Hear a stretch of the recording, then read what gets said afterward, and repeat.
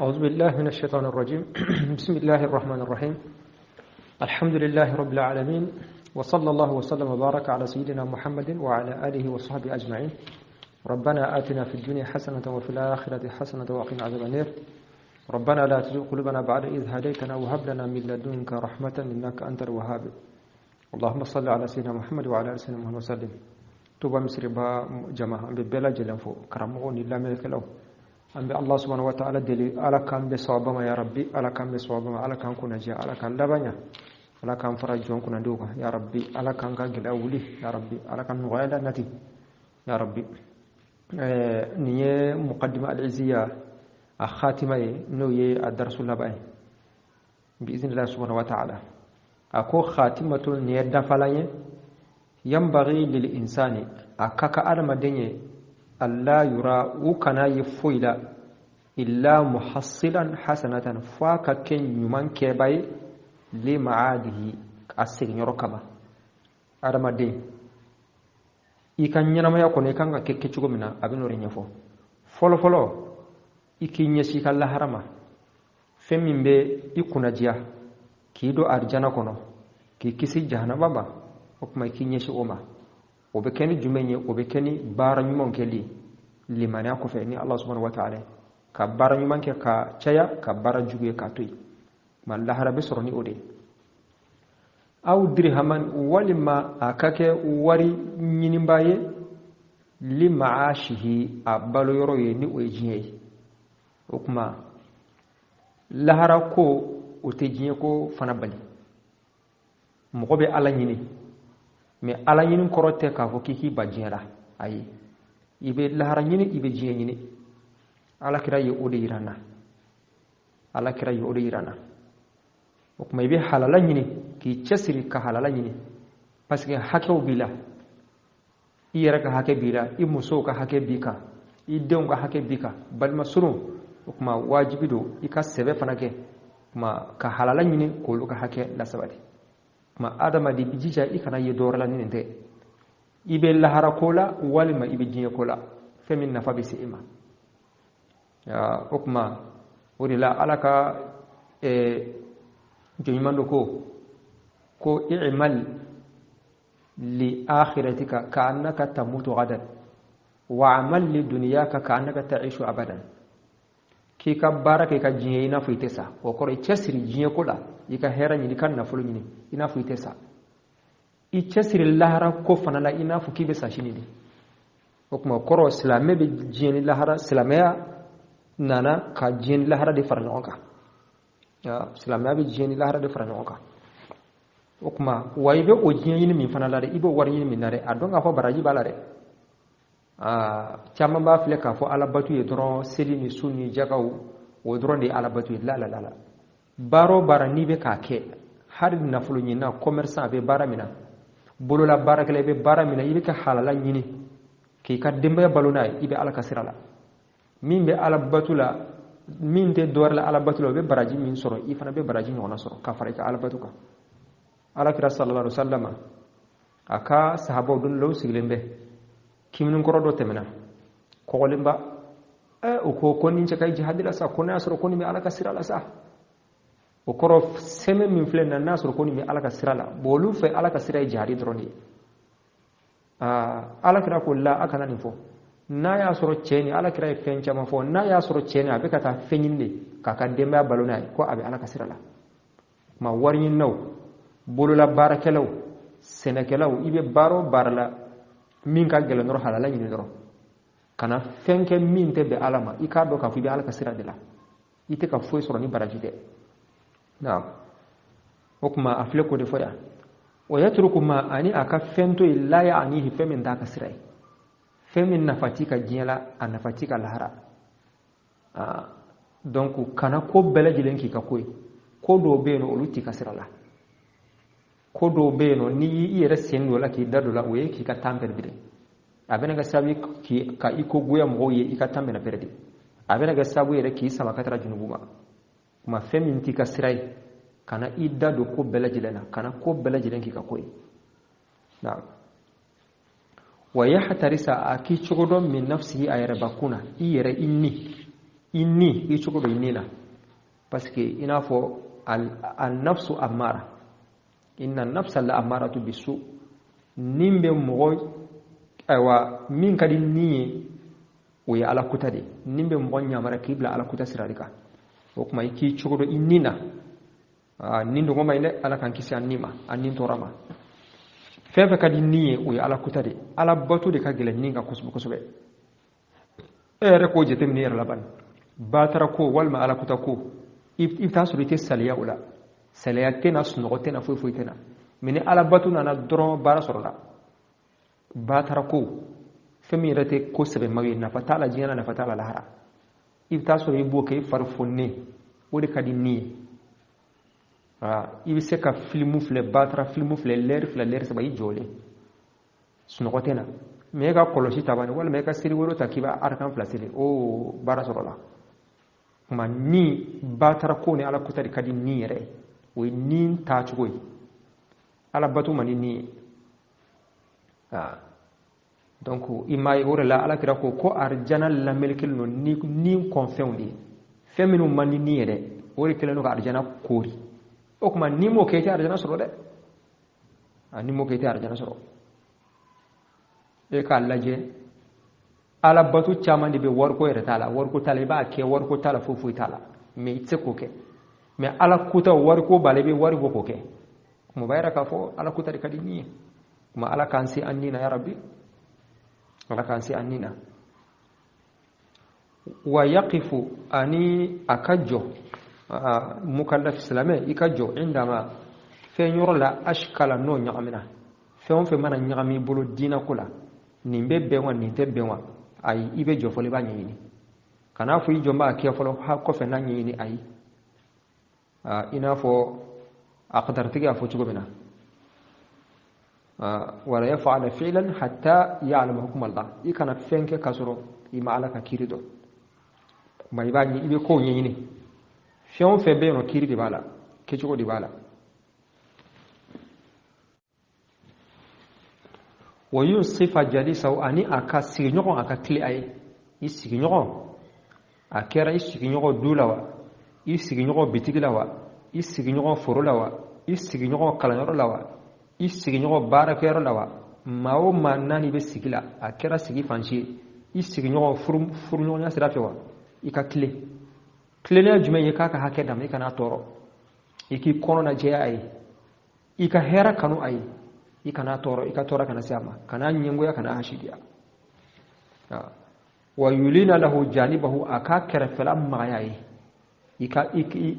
iki majigae kana iyera korota sanfe majigi ate foi bo adama de na be dore farika ni majigi alabi kanu alabi korota wa mugofana bi kanu wa yasfaha akayya fa anzalati akachenema isiginyo ibadima akera afan fani na khatawla ni eredi asoro ika yafa na yutu kaminke iba conseil be nasiha ma mena femi khataw sirafe kana balade ika do ka fo khatawdi adama dente melgaide adama di manake chugo chubi khataw eredi be bela jelen soro okuma kana mo bela jele min ni eredi bela jele mo be fili donc fili be mo soro ni ya don ka fo min ye fili iko don fili na yi tugu ka min ke ibe se ka conseil la adama de mi fili de adama de mana ke chugo ala kira ko adama de be khataw kala de ina fo aya fo hadith kursi de la ala ko bela jele ni khataw kala de bebe junubu ke mais min ka jugu ndesiki ko wodi ka jugu ma na wa yalzamu sabra kasabali lazimi ikasabali ala batuka ikasabali ka ala kota ka toy ikasabali ni jarabi soro ikasabali ni bela jere sabali ma sabali aman gone sabali man gome sabali ko fe herabi fasmantiya bari bi saballa na'am wa idha jalasa aliman na yadoni ma sigi nyonya nazara ilayhi aka flelike katra doni ma ima bi aynil ijlal ni bunyanye ikana don ba fle ni aywa jomayay ika fle ni bunyanye fleli kechugo kacha fleli do be o yin tigale bi la fleli do be iko kadinye ika koka bombolo yo fleli kuma ikana don ba laje ni dogmaya nye ika laje ni bunyanye awa wa yunsita lahu akida de don ba ye inda li maqali nabika kuma ni don ba be ka kuma ikida de ikada me ikalla butanga parce que ala kira ko al ulama warathatul anbiya ko don ba de kiraw cienta bawye kuma mo me kira cienta o tikla mo ni bunya kaka ma fo nay dore do aka ko la minde ala kira ka tasire ma fo nay fen wara ke don la minde doni aywa doni ngalla halay minde doni tabulo ma don ba kiraw cienta bawde may kanga kiraw bunya kallarabu ka farauka o kuma mo me manolu cienta kanga lu fana bunya re kallarabu kuma wa in raja'ahu nabi fika donima nabi fika kuma nyogonya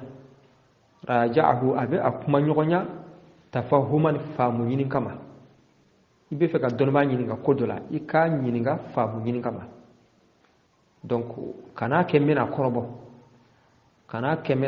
walma kana kemme fika do critiquer kana donima nyininga kama nyerete ni ndombe fika don kanga dina dlana pour que nga kisi haramuma ibe donba nyini nga awa kuma nyonya ni walma ibisa ka nyini nga ni o hakilna di mais mena nyini nga ka dore critiquer donc kanoke walma mena nyini nga ka korobo ka laje kanoke wala yu'ariduhu akana donba soso fi jawabi sa'ilin aywa nyini nga libaka nyini nga lila sa'alahu no ya nyini nga don nana donba nyini nga fendola ay jabi mindi e ka fo ciete ayi akada kanoke o larabu tanyari na ya sura ya famu chugo dola ni ga famu ya tiro karamo ne wani kuma kan famu ka kende goy na ya sura filla na sura nyinana anasigi na sura ede tay khatawiye donc ana itay koroje me ka fo galondo wal ma ciete akera nyinawa amaka nyinawa umanka kuma kon la nyine doro anga don ba bonya har na ya soro don ba do fenno fo ina fo don ba do ate jela ra fatla ka kitabu de be wal ma ka kuma ka umbe ka fo kuma ka inte ka doya o manka ina fo do yira ne gana do bi o ko bi ya fam o kuma an kan cuko dola wa man nazara akoni mo miye aywa munazara ke namba fo ko zirkile bi mana yi do ka sigi tante di débat ka débat ke dina ko ka o de munazara donc ne ka famu yala nindo e fana ka famu yala nindo anga famu ya tikile kuma mi sigi ben ka peribu bena nasro min dai sawa bai o de munazara o kuma ni wa man ma min nazara na be feka do munazara aywa fi ilmi donina fa bi sakinatin okma kakeni basigi wa waqarin ani basigi akakeni maghfawliye fa bi sakinatin akakeni maghfawliye wa waqarin ani basigi donc kana ke haraba akeni nogoya ikakeni basigi ina fo ini terge be kasigi ka baro ke chugo na be ke chugo na ibaro ko ni basigi ko bolaw akana ke ina fo mughfla be kelela na be kuma nyefo ay basigi te wala manka mbola yayi obekeni dimi ay akakeni magafagi ani basigi ina fo ni terke kodo be abeka kuma kan abeka baroke kodo kan ibaro ko ni manganto la fo to la ma afana taka kiti wa tarki al-isti'la'i ani yera korata toli kani kana fi biye da korata safe munazara fana kana kiyo kama kafin ni tikile ne ka doni bi safe o kuma munazara kana kiyo na kiyo idrate nyoni wa husn ta'anni ani nemelike kunyma ka ko ke doni ta'anni de ka ke doni kana presse ko jugu abena ni sara jugu ce na bo fa jugu mina ko ni ba ke kana ke ni hakli wule kana ke presse doni ore ni resultat nyuma be ore be resultat nyuma ngulo wa jamil al adabi anil larabu nyuma jugu cimbe gal larabu كما فإنهما ألفلا معينان أوليد دم باي على طلب العلم الدنينك كما يكا كوك الدندون كا كوك نيما جوي أني كالربو كان الربو من نفلا بمغوي دم دنينا كسبه ما هو الحمد لله تنبي عليه وحده هو كلمه وصلى الله يل على من نما جيدي على سيدنا أن كنت محمد نوي محمد وعلى آله أنا كسمغو وصحبه أنا كصحبه وسلم أن يل على من كسكوكا ما بحمد الله تعالى تم الكتاب كتاب الدفر من الله سبحانه وتعالى كالتنوي والحمد لله الذي بنعمته تتم الصالحات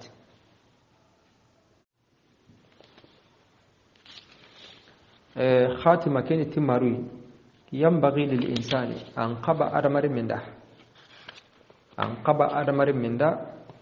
أن لا يرى إما ورهوه إلا محصلا حسنة ما كانت حسرين ينغانا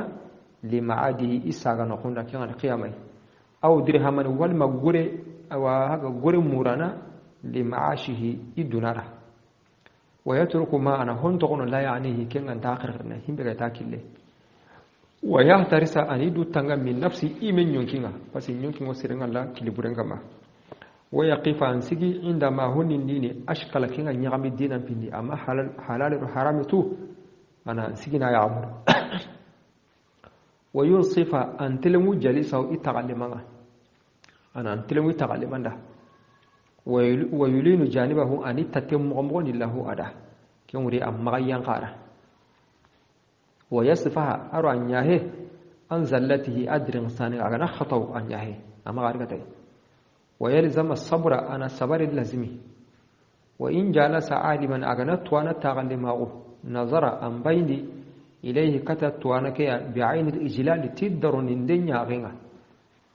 وينصت أنكور له أم أننديني عند المقال سهم بلغاني سهن أنكور وإن راجعه أغنى دغان ساغا لماغو راجعه أنا دغلماو تفهما فمن مريس أورا ولا يعارضها مغا أكتا